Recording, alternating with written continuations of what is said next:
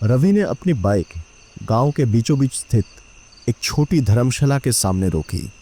धर्मशाला पुरानी लकड़ी की बनी हुई थी और उसकी खिड़कियों पर धूल जमी थी। एक बुढ़ा आदमी बाहर आया। उसने रवि को मुस्कुराकर देखा, लेकिन उसकी आंखों में एक अजीब सी चमक थी। आपका स्वागत है युवक, बुढ़ा आदमी ने कहा। मेरा नाम महिपाल है। आप यहाँ रहने आए हैं? रवि ने हाँ में सर हिलाया। हाँ, मैं रवि कुछ दिन शांति चाहता था। महिपाल ने उसे एक कमरा दिखाया जो साधारण था पर साफ सुथरा। रवि ने अपना सामान रखा और गांव घूमने निकल पड़ा। गांव के लोग उसे मिलकर खुश थे, लेकिन उनकी हंसी में भी एक अजीब सी खामोशी थी। हर आदमी की आंखों में एक छुपी हुई गहराई थी, जैसे उनके अंदर कोई राज दबा हो। रवि ने ज्यादा ध्यान नहीं दिया। उसने शाम को गांव के चौराहे पर चाय पी और वापस धर्मशाला लौट गया। रात होने लगी थी। सूरज डूब चुका था और पहाड़ियों में अंधेरा गहरा होता जा रहा था। रवि को भूख लगी थी। उसने महिपाल से पूछा, यहाँ खाने का क्या इंतजाम है? महिपाल ने मुस्कुराते हुए कहा, बेटा, आज तो सब गांव वाले मिलकर खाना खाते हैं। चलो, हम तुम्हें भी ले चलते हैं। रवि महिपाल के साथ चला।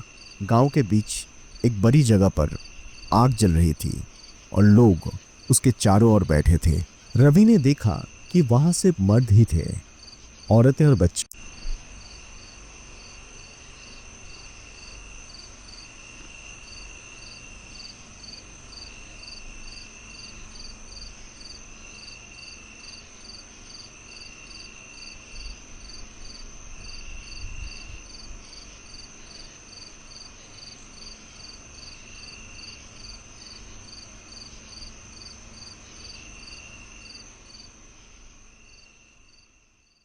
किया उसने उन लोगों के साथ भोजन किया। भोजन स्वादिष्ट था, पर उसका मन अशांत था। उसने देखा कि गांव के सभी मर्द एक दूसरे को अजीब तरीके से देख रहे थे, जैसे उनकी आंखों में कोई भूख छुपी हो। जब चांदनी रात में उनके चेहरे पर रोशनी पड़ी, रवि को लगा जैसे उनके दांत कुछ ज्यादा ही नुकीले हैं। उसने सोचा कि यह सिर्फ उसका वहम होगा। जब सब खाना खा चुके थे, महिपाल ने रवि को देखकर कहा, बेटा, आज रात तुम अपने कमरे से बाहर मत निकलना। दरवाजा अंदर से अच्छे से बंद कर लेना। रवि ने सवाल किया, क्यों महिपाल जी, कोई खतरा है क्या? महिपाल ने धीरे से कहा, बस बाहर अच्छे लोग नहीं रहते रात को। रवि को यह बात और अजीब लगी, पर उसने फिर भी महिपाल की बात मान ली। वो अपने कमरे में आया और दरवाज़ा अंदर से बंद कर लिया। उसने बिस्तर पर लेटकर खिड़की से बाहर देखा। चांदनी रात थी और पहाड़ियों पर सन्नाटा छाया हुआ था। थोड़ी देर बाद उसे कुछ अजीब आवाज़ें सुनाई देने लगी, जैसे कोई जानवर रो रहा हो या फिर कोई इंसान दर्द में चिल्ला रहा हो। आवाज़ें तेज होती गईं और उसके दिल में डर बैठने लगा। उसने कंबल ओढ़ लिया और सोने की कोशिश की, पर नींद उसकी आंखों से कोसों दूर थी। अगली सुबह रवि ने आंख खोली तो सूरज निकल चुका था। रात की आवाज़ें अब नहीं थी। उसने दरवाज़ा खोला और बाहर निकला। गांव में एक अजीब सी शांति थी। कल रात जो लोग थे वो अब दिखाई नहीं दे रहे थे। महिपाल भी गायब था। रवि को अजीब लगा। उसने गांव में घूमा, पर उसे कोई नहीं मिला। सब लोग कहाँ चले गए थे? एक घर के पास से गुजरते हुए उसने देखा कि दरवाज़ा थोड़ा खुला है। वो अंदर झांकने लगा। अंदर एक बड़ी गोल मेज थी और उस पर लाल रंग के निशान थे। रवि को लगा कि ये खून है। उसका दिल जोर से धड़कने लगा। उसने पीछे हटने की कोशिश की, पर तभी उसकी नजर जमीन पर पड़ी। वहाँ कुछ बाल थे और उन बालों के पास एक उंगली थी जो इंसान की लग रही थी। रवि के होश उड़ गए। उसने घिन से मुंह मोड़ लिया और वहां से भागा। उसको महिपाल की बात याद आई। बाहर अच्छे लोग नहीं रहते रात को। क्या महिपाल भी? वो धर्मशाला की तरफ वापस भागा। उसने अपना सामान पैक किया और अपनी बाइक निकाली। उसे यहां से तुरंत निकलना था। जैसे ही वो बाइक स्टार्ट करने वाला था, उसने महिपाल को अपने सामने खड़ा देखा। महिपाल के चेहरे पर एक अजीब सी मुस्कुराहट थी जो रवि को डरा रही थी। महिपाल के कपड़ों पर खून के छींटे थे। कहाँ जा रहे हो बेटा? महिपाल ने कहा। उसकी आवाज में एक अजीब सी खराश थी। अभी तो पार्टी शुरू हुई है। रवि ने बाइक स्टार्ट की और तेजी से वहां से निकलने की कोशिश की, पर तभी गांव के और लोग वहां आ गए। वो सब महिपाल की तरह थे। उनकी आंखों में वही चमक थी और उनके दांत निकले हुए थे। रवि ने देखा कि उनके कपड़ों पर भी खून के निशान थे। रोक दो उसे, महिपाल चिल्लाया। रवि ने तेजी से बाइक चलाई। लोग उसके पीछे भागने लगे। उनकी रफ्तार इंसानों की नहीं थी। वो जानवरों की तरह दौड़ रहे थे। रवि ने देखा कि उनके हाथ और पैर भी बदल रहे थे। उन पर बाल उग रहे थे। वो आधे इंसान आधे भेड़िए जैसे लग रहे थे। नरभक्षी। रवि को समझ आया, ये लोग रात को इंसान को खाते हैं। रवि ने बाइक को जंगल की तरफ मोड़ लिया। उसको पता था कि सड़क पर वो पकड़ा जाएगा। जंगल घना था और रास्ता मुश्किल। उसको बाइक छोड़नी पड़ी और वो पैदल भागने लगा। पीछे से उन नरभक्षियों की आवाजें आ रही थी। उनकी दहर ने पूरे जंगल को हिला दिया था। भागते भागते वो एक पुराने मंदिर के पास पहुंचा। मंदिर टूटा फूटा था, पर उसके अंदर एक छोटी सी गुफा थी। रवि इस गुफा में छिप गया।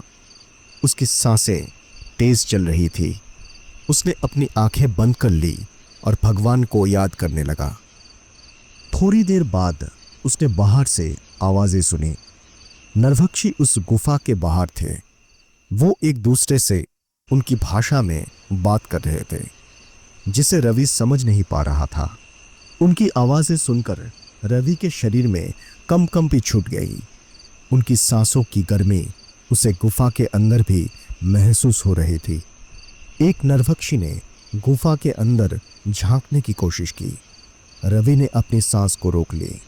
उसको लगा कि वो पकड़ा जाएगा, पर तभी एक दूसरा नरभक्षी उसे आवाज देकर वहां से ले गया। शायद उन्होंने उसे नहीं देखा था। जब आवाजें दूर हो गईं, रवि गुफा से बाहर निकला। उसने सूरज को डूबते हुए देखा। रात होने वाली थी। उसे लगा कि उसके पास ज्यादा वक्त नहीं है। उसको जंगल से बाहर निकलना होगा। इससे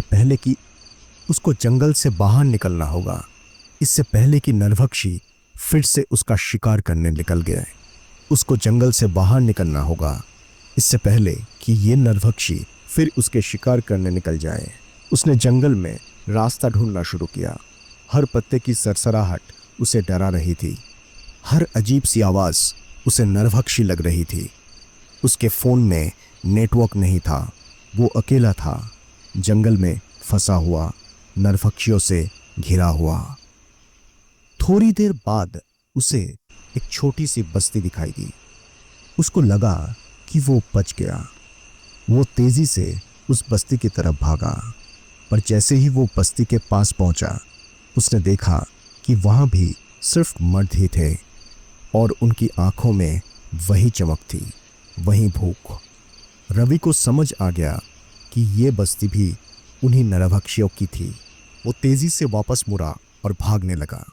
अब उसे पता था कि कोई भी बस्ती या गांव उसके लिए सुरक्षित नहीं था। उसे पहाड़ियों से बाहर निकलना होगा। रवि ने पूरी रात जंगल में छुपकर बिताई। सूरज के पहले किरण के साथ ही उसने फिर से चलना शुरू किया। उसकी ताकत खत्म हो रही थी, पर उसकी जीने की इच्छा उसे आगे बढ़ा रही थी। उसने एक पुराने मंदिर की तरफ देखा जहां वो कल छुपा था। उसे लगा कि शायद वहां उसे कुछ मिल जाए जो उसे बचने में मदद करे। जब वो मंदिर के पास पहुंचा, उसने देखा कि मंदिर के नीचे एक पुरानी तहखाना है। तहखाना का दरवाजा पत्थरों से ढका हुआ था। रवि ने हिम्मत करके पत्थरों को हटाया और अंदर घुसा। तहखाना में घना अंधेरा था और हवा में पुरानी धूल की बू थी। उसने अपनी फोन की टॉर्च जलाई। अंदर उसे कुछ पुराने ग्रंथ मिले जो चमड़े पर लिखे हुए थे।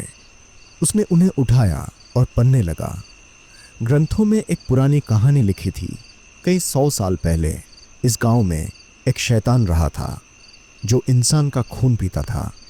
गांव वाले उसे डरते थे। एक दिन एक साधु ने उस शैतान को बंद करने की कोशिश की। साधु ने एक शक्तिशाली मंत्र का जप किया और शैतान को बंद कर लिया। पर शैतान मरने से पहले उसने एक शाप दिया।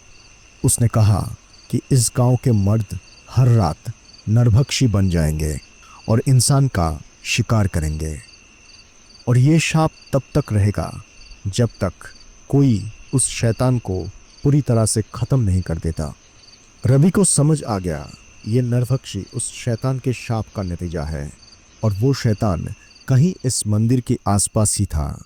ग्रंथों में ये भी लिखा था कि शैतान को खत्म करने के लिए एक खास पूजा करनी पड़ेगी, जिसमें चंद्रग्रहण की रात को एक विशेष बलि देनी होगी, और वो रात आज थी, चंद्रग्रहण की रात। रवि के पास अब एक प्लान था।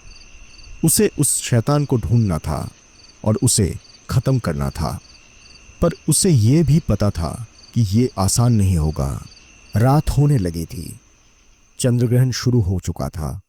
आसमान में चांद लाल रंग का दिख रहा था। रवि मंदिर के पास था, अपने हाथ में ग्रंथों को लिए हुए। उसको पता था कि उसके पास ज्यादा वक्त नहीं है। तभी उसने देखा कि गांव के सभी मर्द मंदिर की तरफ आ रहे हैं।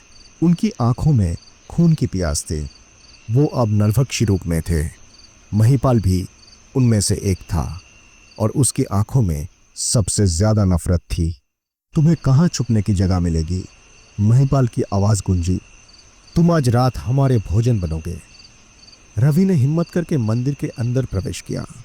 नरभक्षी उसके पीछे आ गए। मंदिर के अंदर एक बड़ी मूर्ति थी जो किसी पुराने देवता की लग रही थी। उस मूर्ति के नीचे एक गुफा थी जहां से एक अजीब सी दुर्गंध आ रही थी। रवि को लगा कि शैतान वही है। रवि ने ग्रंथों में लिखे मंत्र का जप करना शुरू किया। उसकी आवाज मंदिर में गूंज रही थी। नरभक्षी उस पर हमला करने के लिए आगे बढ़े, पर जैसे ही वो रवि के पास पहुंचे, उनको एक अदृश्य शक्ति ने रोक लिया। रवि के चारों ओर एक सुरक्षा कवच बन गया था जो मंत्र से बना था। शैतान गुफा से बाहर निकला। वो एक विशालाकाय काला साया था जिसके आंखें लाल थे। उसके मुंह से घिनौनी आवाजें निकल रही थी। वो नरभक्षियों का राजा था। उसने रवि को देखा। तुम मुझे नहीं रोक सकते इंसान, शैतान की आवाज गूंजी। मैं हजारों साल से यहां हूं और तुम मुझे खत्म नहीं कर सकते। रवि ने बिना डरे मंत्र का जप जारी रखा।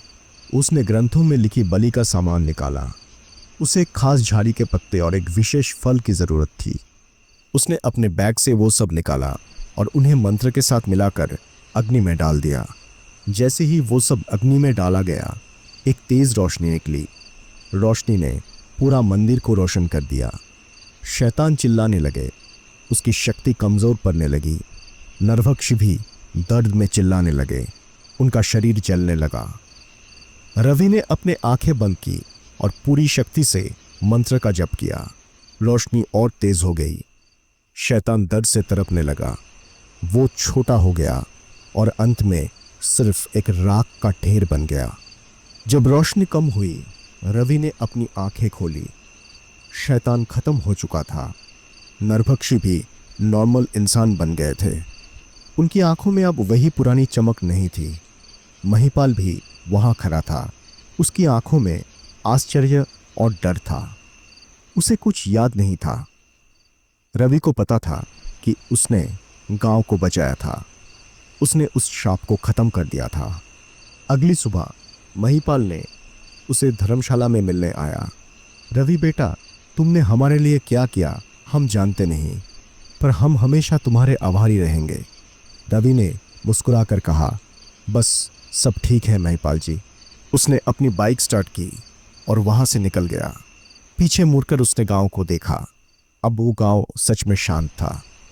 उसने एक नया सफर शुरू किया था, एक नई जिंदगी की तरफ, जहां उसे पता था कि बुरे वक्त में भी हिम्मत नहीं हारनी चाहिए और अंधेरे के पीछे भी रोशनी छुपी होती है।